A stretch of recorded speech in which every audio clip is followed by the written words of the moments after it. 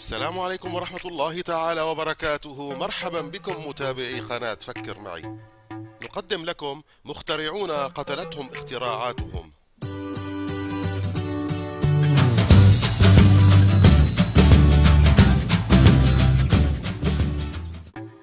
الاختراعات والاكتشافات عبر التاريخ كثيرة، ولكن يبدو أنه ليس من السهل أن يكون الإنسان مخترعا، خصوصا في موقف أنه سيكون ضحية اختراعه، وهؤلاء مخترعون قتلتهم اختراعاتهم. أولا، أورييل فالايكو، مهندس من رومانيا، ولد عام 1882، ومنذ صغره ظهر لديه حب الملاحة الجوية، وقد بنى عدة نماذج للطائرات. وفي إحدى التجارب أثناء تجربة طائرته فلايكو 2 فقد أورييل السيطرة عليها وسقط ومات عام 1913. ثانيا، هوراس لوسون هنلي، مهندس أمريكي ومخترع الغواصة المقاتلة الأولى. هنلي توفي أثناء تجربة الغواصة بعد فشلها في الصعود لسطح الماء، ليغرق هو و7 آخرين من الطاقم، فيكون هنلي قد قتله اختراعه. ثالثا، بيريالوس، مخترع الثور النحاسي، آلة التعذيب. بيريالوس رياضي في زمن الإغريق صمم آلة تعذيب، وهي عبارة عن ثور من النحاس بحجم الثور الحقيقي، مجوف من الداخل، وله باب وقفل يوضع فيه المحكوم ويغلق عليه ويشعل تحته النار. وعندما كان يشرح للإمبراطور فلاريس عمل الثور، أمره الإمبراطور بدخول الثور، فدخل وأغلق عليه الباب وأشعلت النار تحته، فكان مخترع الثور النحاسي هو أول من قتل بالثور النحاسي. هنيئا له. رابعا، ألكسندر بوغدانوف، كان طبيبا روسيا وفيلسوفا، قام بتجربة عملية نقل الدم، وتوفي بعد أخذ الدم من طالب يعاني من السل، ويقال أنه نقل زمرة دم خاطئة له فمات أثر هذا النقل.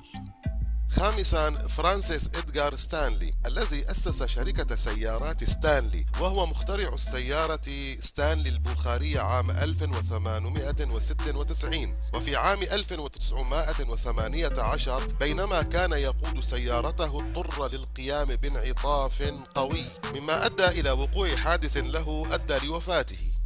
سادسا، مخترع المطبعة الحديثة الأمريكي ويليام بولوك، مات عام 1867 أثناء إجراء تعديلات على مطبعته الحديثة، وعندما كان يقوم بتركيبها سقطت آلة الطباعة الضخمة على قدمه، وتطورت إصابته في قدمه إلى الغرغرينة، وتوفي بينما كان يجري عملية بتر للقدم.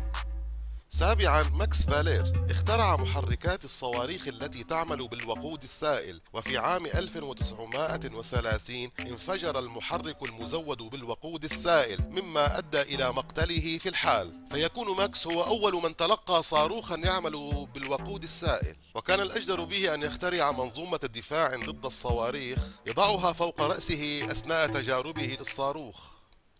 ثامنا، جان فرانسوا دي رويز، مخترع المنطاد، قام بتجربة المنطاد في محاولة لعبور القناة الإنجليزية، ولكنه لم يفلح بعبور القناة الإنجليزية وسقط المنطاد، فكانت هذه أول حالة وفاة معروفة في حادث تجربة طيران.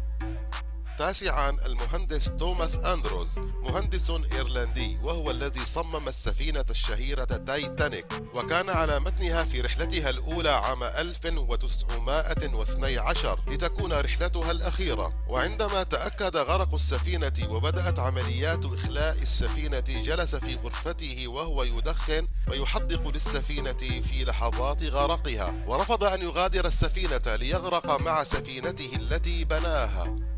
عاشرا، الفرنسية ماري كوري، العالمة المشهورة التي كتبت عنها روايات كثيرة، وهي التي اكتشفت عنصري الراديوم والبولونيوم، وحصلت على جائزة نوبل على اكتشافها، ولكنها تعرضت أثناء البحوث للكثير من الأشعة، وقد أدى ذلك إلى وفاتها جراء الإصابة بمرض اللوكيميا عام 1934. 11. المهندسان الأمريكيان هنري سمولونسكي وهارولد بلايك اللذان ابتكرا السيارة الطائرة، وهي سيارة هجينة بين سيارة وطائرة، وقد قاما بتركيب سيارة فورد بينتو وطائرة سيسنا. وأثناء التجربة عام 1973 تحطم الجناحان أثناء التحليق في الجو، وتحطم النموذج وقتلا وهما يجربان هذا الاختراع. 12. نعود للاختراعات الترفيهية، وهي قصة لي سي رئيس وزراء الصين ومستشار في عهد أسرة تشين. اخترع طريقة تعذيب تسمى 5 آلام، وقد تم عزله فيما بعد وتعذيبه بطريقته التي اخترعها، وتم قتله باختراعه. 13. الخياط الفرنسي راي كيلت، وهو صاحب اختراع المظلة القابلة للارتداء، والتي يمكن أن تقفز فيها من ارتفاعات عالية. وأثناء اختباره للرداء في محاولة للقفز عن برج إيفيل قفز ولم يعد. 14. وأخيرا الألماني أوتو ليليانتال مخترع المزلجة الشراعية. جرب أوتو مزلجته في 2000 تحليق ناجح قبل أن يفقد السيطرة على المزلجة الشراعية في رحلته الأخيرة ويسقط من ارتفاع 15 مترا بصورة قوية أدت إلى تحطيم عاموده الفقري والوفاة على أثرها. وشكرا لكم على المشاهدة، أرجو أن ينال إعجابكم. لا تنسى الاشتراك والإعجاب والتعليق والنقر على رمز الجرس ليصلك إشعار بإصدار فيديو جديد. قناة فكر معي تحييكم.